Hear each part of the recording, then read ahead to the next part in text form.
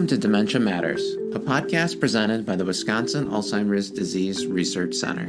There are currently more than 5.3 million Americans living with Alzheimer's and over 40 million people living with this disease worldwide.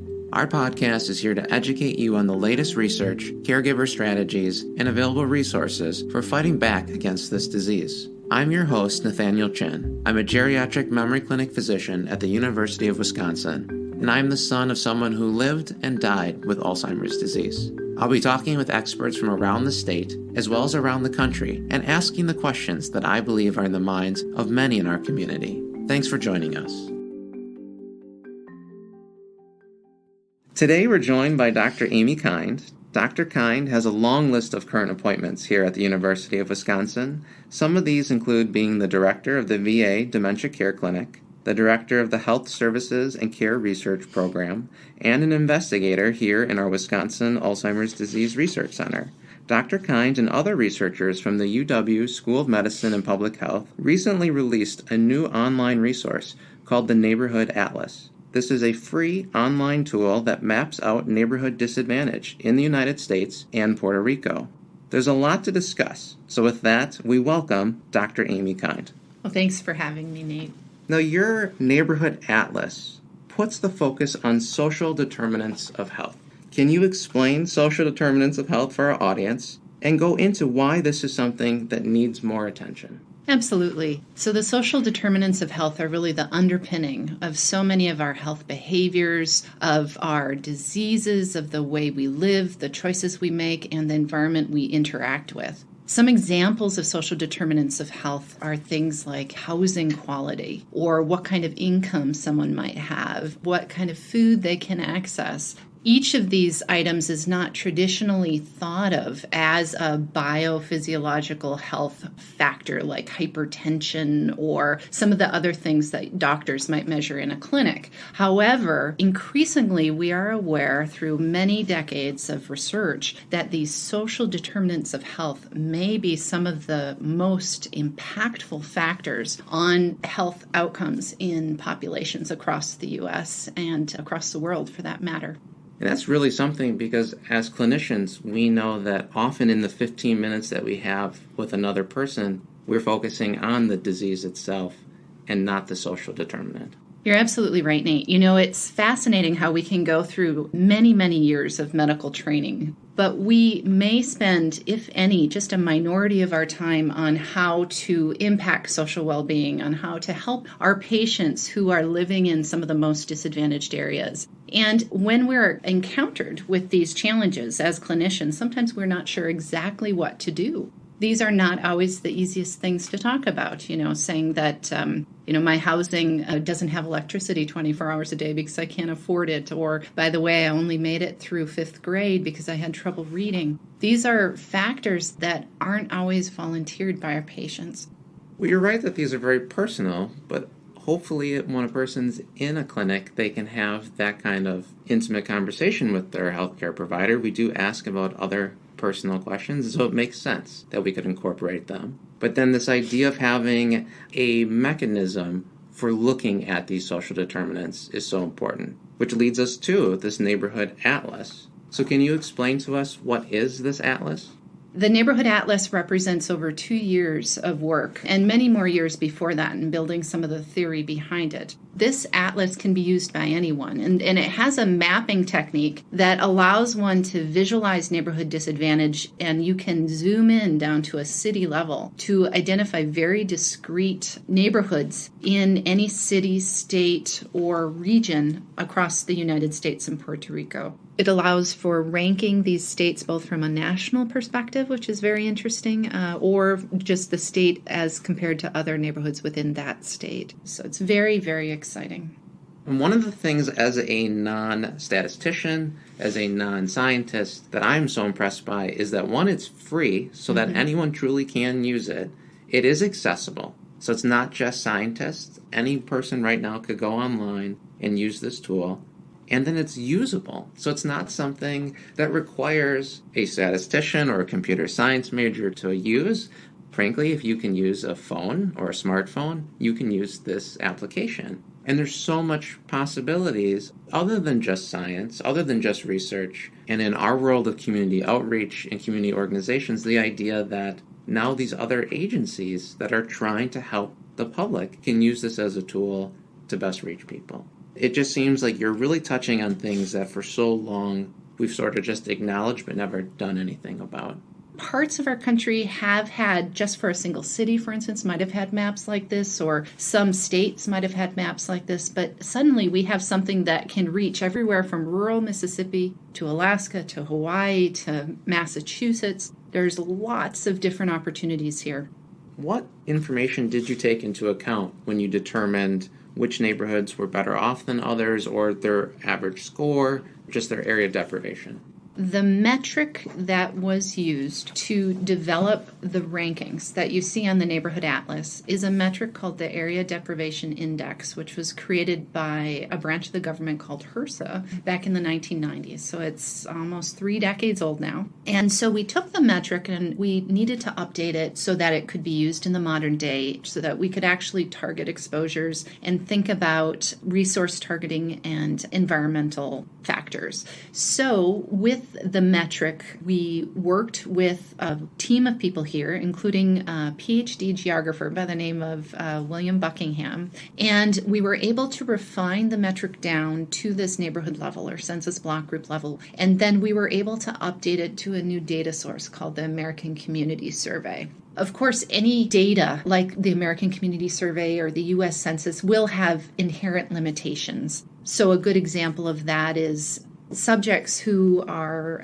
maybe in the country illegally may not be accounted for. So there are some challenges in the underlying data. However, it was the best data source we could have available to us at this time for this purpose, and the validation worked really, really well. The metric was performing as we had hoped, and we decided it was time to release the metric along with the piece that was published in the New England Journal.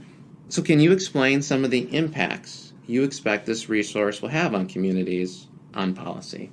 This is an excellent question, Nate. Since the Atlas was just released to the public 2 weeks ago, we are still waiting and watching to see what happens after the initial use. From a clinician outreach standpoint, I would love to see this used as a marker for additional discussions to have with patients, to think about healthcare and incorporation of the social determinants of health as a fundamental approach to everything we do. We need to spend more time thinking about these social determinants. So how do we talk to patients about this? What do we do when we discover challenges? And then how do we interface with our community partners more effectively to come up with creative solutions towards societal problems? We can see graphs of patients' weights and their hypertension, and yet we know almost nothing about where they live. Wouldn't it be great to have those kinds of pictures? At the research level, I'd like to see this used in order to advance the field of health equity and health disparities research. The social context in which our patients and subjects live impacts their health in fundamental ways, and yet it is an area that is, I would argue, understudied. I think there's a lot more that can be done, both from the basic science standpoint of these basic fundamental biomechanisms of how disparities lead to cancer. How do they lead to increased risk of Alzheimer's disease? How do they lead to hypertension? What exactly is going on there? What is the basic biomechanism? All the way up to the social approaches and public health approaches for new outreach, new models of care, new opportunities to make our patients and our societal lives better. And then from a policy standpoint, so often in health data, in particular Medicare data, insurance data, Medicaid data, they may have limited measures of social determinants of health. So this provides yet another new window to understand how health at a more broad population level may be linked to some of these social determinants, how hospital or health system performance may be linked to some of these social determinants, how we could more effectively target resources and other ways of thinking to incorporate social determinants in our policy decisions. So it should give our policymakers a brand new tool to consider new approaches towards improving the health of our neighborhoods, the health of our population, and hopefully the health of each of the individuals that we see in our clinics as well. So I know this is relatively recent that this was released, so you have limited data, but I will ask you to speculate then on how you feel we can use this tool in the realm of Alzheimer's disease and dementia. Could you talk about some proposed socioeconomic factors that you feel like influence either those at risk or those with Alzheimer's disease? When one thinks about the environment, particularly in young childhood that you grow up in, there is tantalizing evidence that the environment impacts the way your brain grows. There are examples of terribly tragic cases of children who did not receive the basic fundamental social interactions and nurturing that one needs to grow up healthy. They may have had nutrition, they may have had a place to sleep, but ultimately their environment, though, was not as rich as it needed to be in terms of social interaction or in terms of some of the other environmental factors. And when you look at the pictures of their brain in an MRI, their brain architecture is fundamentally different. And it really points to this fundamental connection between our society, our environment, and the way our brains develop.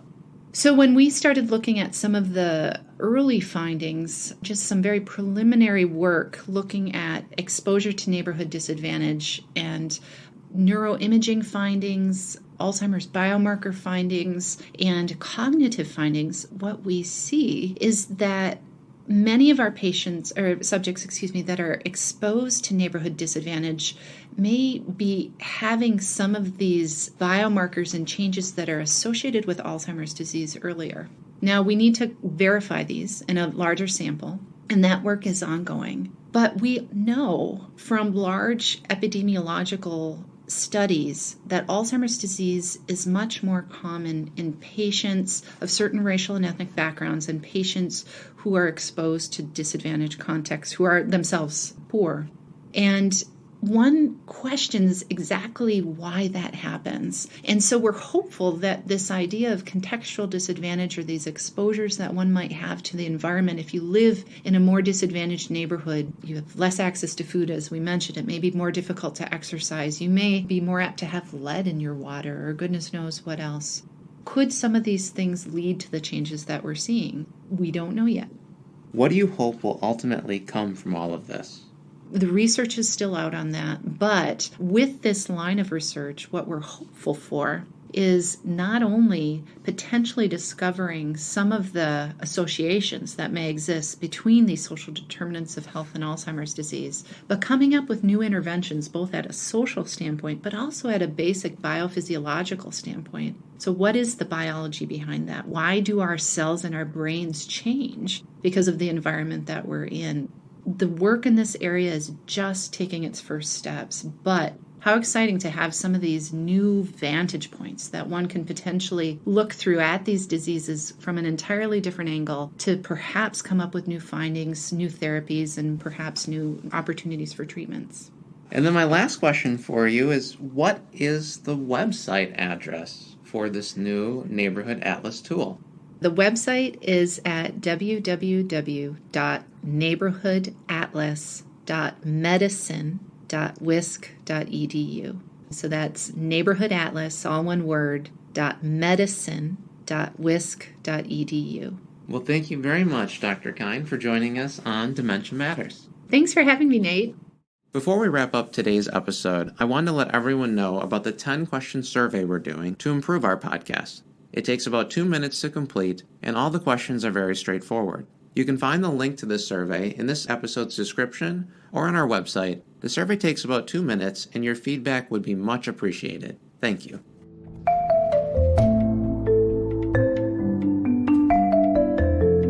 Dementia Matters is brought to you by the Wisconsin Alzheimer's Disease Research Center. The The Wisconsin Alzheimer's Disease Research Center combines academic, clinical, and research expertise from the University of Wisconsin School of Medicine and Public Health and the Geriatric Research, Education, and Clinical Center of the William S. Middleton Memorial Veterans Hospital in Madison, Wisconsin.